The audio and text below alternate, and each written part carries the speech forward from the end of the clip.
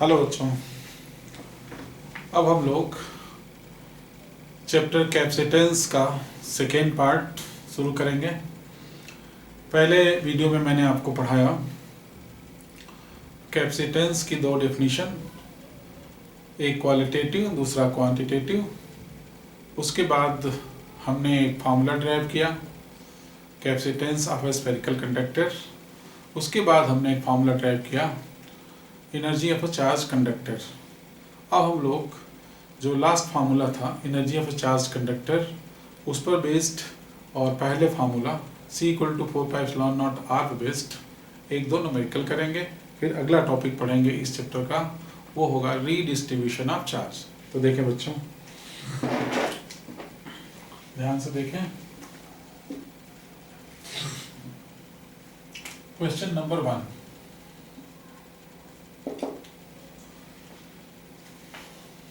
can we put a spherical conductor spherical conductor of capacitance 1 farad in our cupboard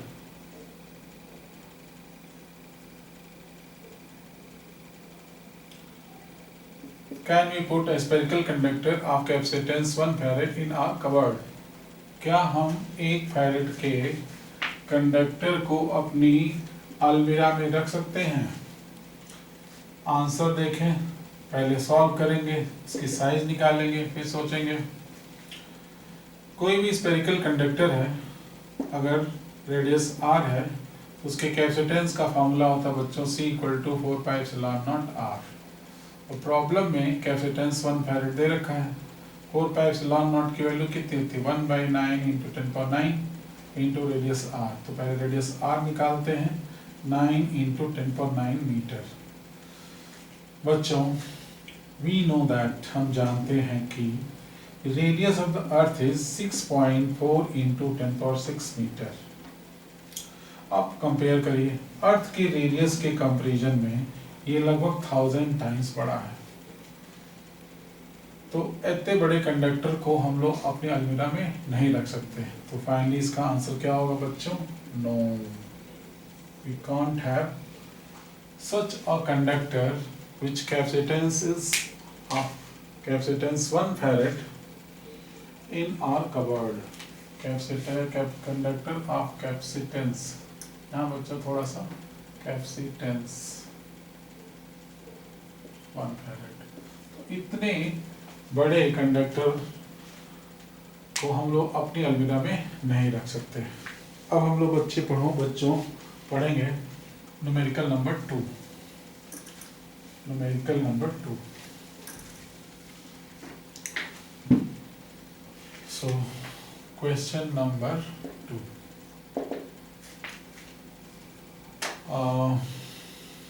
find electrical potential energy of a spherical conductor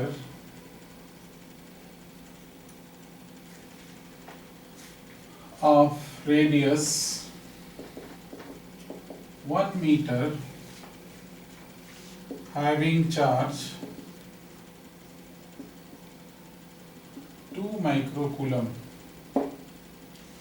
So we have to find electrical potential energy of a spherical conductor having radius 1 meter and charge on the conductor is 2 microcoulomb.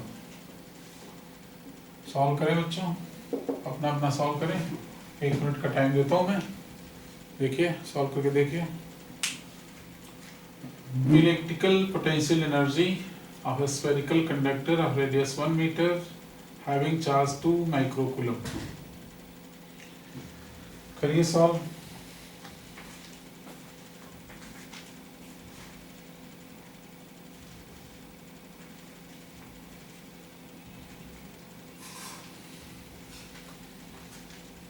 Find electrical potential energy of a spherical conductor of radius 1 meter having charge 2 microcoulomb. देखो बच्चों, एक spherical conductor बना लिया, इसका radius कितना दे रखा है 1 metre, इस पर चार्ज कितना दे रखा है बच्चों 2 माइक्रोकूलम। तो charge given to this conductor is 2 microcoulomb. बच्चों एनर्जी के 3 फार्मूले बताए थे। एक फार्मूला बताया था मैंने हाफ CV²। तो इसमें कैपेसिटेंस तो मान लो हम निकाल लेंगे, रेडियस पता है तो, पर वोल्टेज नहीं पता है। एक फार्मूला और बताया था Q²/2C, और एक फार्मूला बताया था हाफ QV। ये तीनों फार्मूले बहुत इंपॉर्टेंट हैं, याद कर लीजिए। ये फार्मूला यूज करेंगे बच्चों, V = Q²/2C, जिसमें Q पता है, ये देखें Q पता है। C निकालेंगे तो पहले C निकालते हैं। C का फार्मूला क्या होता है बच्चों 4πε0 × R। 4πε0 कितना होता है 1/9 × 10⁹, और रेडियस कितना दे रखा बच्चों 1 मीटर। तो C की वैल्यू हो गई 1 × 1/9 × 10⁹ यूनिट फैरेड। बच्चों बीच में इंटरमीडिएट स्टेप्स में यूनिट लिखते रहिए, क्योंकि बोर्ड की मार्किंग स्कीम में जब स्टेप मार्किंग होती है तो मान लो ये क्वेश्चन 2 नंबर का है, तो 1 नंबर हो सकता है वो कैपेसिटेंस के कैलकुलेशन पर दे दें, तो आपको ये वैल्यू कैलकुलेट कर लेनी चाहिए। नहीं भी कैलकुलेट करते हैं तो बोर्ड में नंबर मिल जाता है यहाँ पर, लेकिन यूनिट जरूर चेक करते हैं।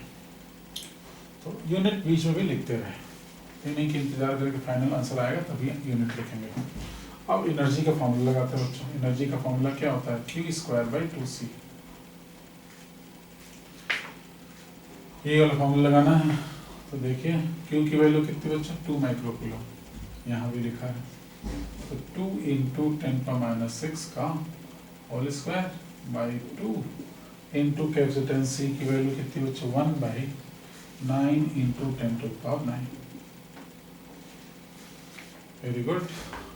अब देखिए बच्चों कैलकुलेशन, 2 का स्क्वायर 4, 2 कैंसिल, तो एक 2 ऊपर बचेगा, चलो बढ़िया है। 10⁻⁶ का स्क्वायर 10⁻12, और ये 9 × 10⁹ ऊपर चला जाएगा 9 × 10⁹। तो फाइनली ये क्या है बच्चों 18 × 10⁻³ -3, -12 + 9 = -3। इसको हम लिख सकते हैं 1.8 × 10⁻। देखो बच्चों यहाँ पर डेसिमल था, उठा के यहाँ रख दिया, वैल्यू डिक्रीज किया तो वैल्यू इंक्रीज करेंगे तो -3 + 1 करेंगे तो -2 आ जाएगा, डायरेक्टली लिख दिया -2 जूल। तो ये आ गया U = 1.8 × 10⁻² जूल। सो बच्चों ये रहा हमारा न्यूमेरिकल नंबर 2। अब हम लोग बहुत ही इंपॉर्टेंट टॉपिक पढ़ेंगे बच्चों इस चैप्टर का। वो टॉपिक है रीडिस्ट्रीब्यूशन ऑफ चार्जेस। बहुत ही इंपॉर्टेंट टॉपिक है रीडिस्ट्रीब्यूशन ऑफ चार्जेस। देखिए बच्चों ध्यान से, जिसको नोट करना हो नोट कर ले फटाफट। बेसिक चीजें नोट करो, कौन सा फॉर्मूला यूज कर रहे हैं, ठीक है। चलिए अब पढ़ते हैं नया टॉपिक रीडिस्ट्रीब्यूशन ऑफ चार्जेस।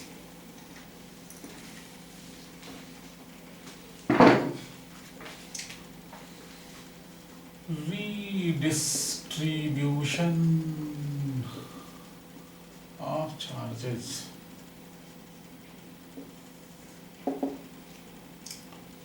मान लिया हमारे पास एक स्फेरिकल कंडक्टर है जिसको हमने इंसुलेटिंग स्टैंड पर रख दिया, इसका कैपेसिटेंस C1 है। एक दूसरा स्फेरिकल कंडक्टर है जिसको दूसरे इंसुलेटिंग स्टैंड पर रख दिया, इसका कैपेसिटेंस C2 है। बच्चों एक चीज बता दो बहुत इंपॉर्टेंट है, सुन लीजिए कैपेसिटेंस के विषय में। किसी भी कंडक्टर का कैपेसिटेंस उसके ऊपर चार्ज रखने की मैक्सिमम कैपेसिटी है, कितना मैक्सिमम चार्ज हम उसके ऊपर रख सकते हैं। उसके बियॉन्ड चार्ज रखेंगे तो वो फ्लो हो जाएगा, एयर के थ्रू डिस्चार्ज हो जाएगा। जैसे कोई भी कंटेनर है पानी रखने का या कोई भी लिक्विड रखने का कोई कंटेनर है, उसमें हम कितना मैक्सिमम लिक्विड डाल सकते हैं, that maximum capacity is called its volume. जैसे जैसे आप अमाउंट ऑफ वाटर उसमें इंक्रीज करोगे, लेवल ऑफ वाटर बढ़ेगा, और पानी डालोगे और बढ़ेगा, लेकिन एक लिमिट के बाद क्या होता है, पानी ओवरफ्लो होने लगता है। तो बच्चों हर एक कंडक्टर की एक मैक्सिमम कैपेसिटी होती है कि वो अपने ऊपर कितना मैक्सिमम चार्ज होल्ड कर सकता है। वैसे ही जैसे कि हर एक बकेट की या हर एक ऑब्जेक्ट की एक मैक्सिमम कैपेसिटी होती है किसी भी कंटेनर की, कि कितना वो लिक्विड अपने ऊपर अपने अंदर रख सकता है। अब कोई बकेट है, उसका एक वॉल्यूम है, तो उसमें हम पानी रखें या ना रखें, उसका जो वॉल्यूम है फिक्स है। इधर से किसी कंडक्टर को हम चार्ज दें या ना दें, उसका पोटेंशियल इंक्रीज करें या ना इंक्रीज करें, उसकी कैपेसिटी, चार्ज रखने की, होल्ड करने की कैपेसिटी फिक्स है। उस कैपेसिटी को हम चेंज नहीं कर सकते। तो अगर हमने इस कंडक्टर को कोई भी चार्ज नहीं दे रखा है तो भी इसके कैपेसिटेंस जो है वो फिक्स्ड है। जैसे चार्ज देंगे वोल्टेज बढ़ेगा, कम चार्ज देंगे कम पोटेंशियल बढ़ेगा, ज़्यादा चार्ज देंगे ज़्यादा पोटेंशियल बढ़ेगा, बहुत ज़्यादा चार्ज देंगे लीक कर जाएगा। वैसे ही है, जैसे बकेट में पानी कम रखेंगे, अमाउंट ऑफ वाटर कम होगा तो लेवल ऑफ वाटर कम होगा, ज़्यादा वाटर डालेंगे लेवल ऑफ वाटर ज़्यादा हो जाएगा, बहुत ज़्यादा डालेंगे तो ओवरफ्लो हो जाएगा। अब बच्चों देखो, हमने इस पर कुछ चार्ज दिया, ये मान लो चार्ज दिया हमने इसके ऊपर Q1, इसके कारण इसका पोटेंशियल बढ़ के हो गया V1।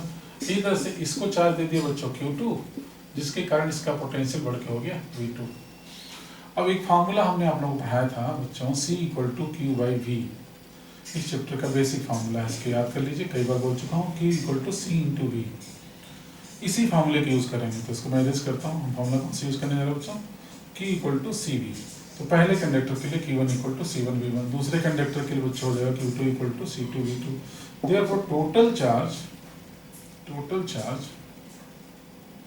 कैपिटल Q हो जाएगा बच्चों Q1 + Q2। Capital Q = Q1 क्या बच्चों, C1V1 + C2V2, इक्वेशन नंबर 1। अब हम क्या करेंगे, इन दोनों कंडक्टर्स को आपस में कनेक्ट कर देंगे। तो एक नया डायग्राम बनाएंगे बच्चों। ये हो गया पहला वाला कंडक्टर, हाथ से बनाने में छोटी बड़ी साइज हो सकती है बच्चों, पर मान लीजिए वही वाले कंडक्टर है C1 C2, इसके कैपेसिटेंस है। इस पर चार्ज दिया था Q1, इसका पोटेंशियल था V1, देख लीजिए, चार्ज था Q1, पोटेंशियल इसका V1, चार्ज है Q1, पोटेंशियल V1। इस पर चार्ज Q2, पोटेंशियल V2 है। तो दूसरे वाले पर चार्ज कितना है बच्चों, Q2, पोटेंशियल V2। लेकिन अब क्या करेंगे, दोनों को कनेक्ट कर देंगे, तो चार्ज फ्लो होगा from one conductor to other. कहाँ से कहाँ फ्लो होगा, from higher to lower potential. अगर मान लो V1 ज़्यादा है, V2 कम है, तो चार्ज यहाँ से यहाँ फ्लो होगा। लेकिन अगर V2 ज़्यादा है और V1 कम है, चार्ज यहाँ से यहाँ फ्लो होगा। So charge will start flowing from higher to lower potential till the potential of both conductors become same. तो ये सेम पोटेंशियल है, तो इस V को बोलेंगे बच्चों common potential, COMMON, common potential. तो बच्चों अब नया चार्ज इस पर हो गया Q1 डैश, दूसरा चार्ज इस पर हो गया Q2 डैश।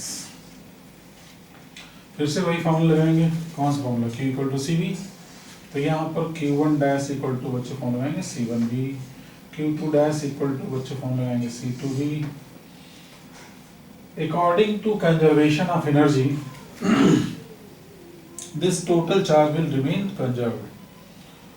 तो पहले जितना चार्ज था बच्चों before redistribution, total charge Q1 + Q2, after redistribution भी उतना ही चार्ज होगा। मतलब हम कह सकते हैं कि पहले जो चार्ज था Q1 + Q2, after redistribution charge Q1 dash + Q2 dash के इक्वल होगा। अब बच्चों Q1 क्या था, C1V1, नोट कर लेते हैं, C1V1। Q2 क्या था बच्चों, C2V2, देख लें ध्यान से, C2V2। Q1 डैश क्या बच्चों, C1V। Q2 डैश क्या बच्चों, C2V। V कॉमन हो गया, ब्रैकेट में हो गया C1 + C2 into V, C1V1 + C2V2। तो पोटेंशियल V हो जाएगा बच्चों C1V1 + C2V2 by C1 + C2। बहुत ही इंपॉर्टेंट फार्मूला बच्चों। अब फार्मूले बढ़ते जाएंगे, आप अपनी कैपेसिटी भी बढ़ाते रहें। देखना ये formula C1V1 + C2V2 by C1 + C2, final formula आ गया, C1V1 + C2V2 by C1 + C2।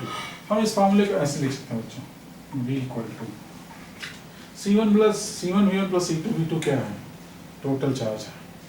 तो हम यहाँ पर लिख सकते हैं, this is what total charge. Total charge. और नीचे क्या है बच्चों, C1 प्लस C2, इसको लिख सकते हैं total capacitance, total capacitance. So total charge by total capacitance is what, common potential. अब एक चीज और रह गई बच्चों, जल्दी से इसको नोट करें, जल्दी फटाफट नोट करिए।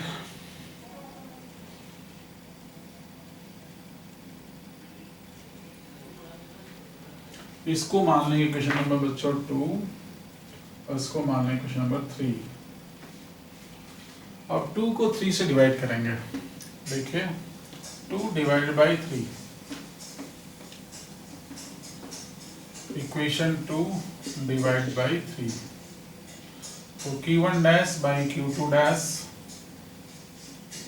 Is equal to C1 by C2। देखो क्यों, Q1 dash by Q2 dash we cancel C1 by C2. It means charges are redistributed in the ratio of their capacitance.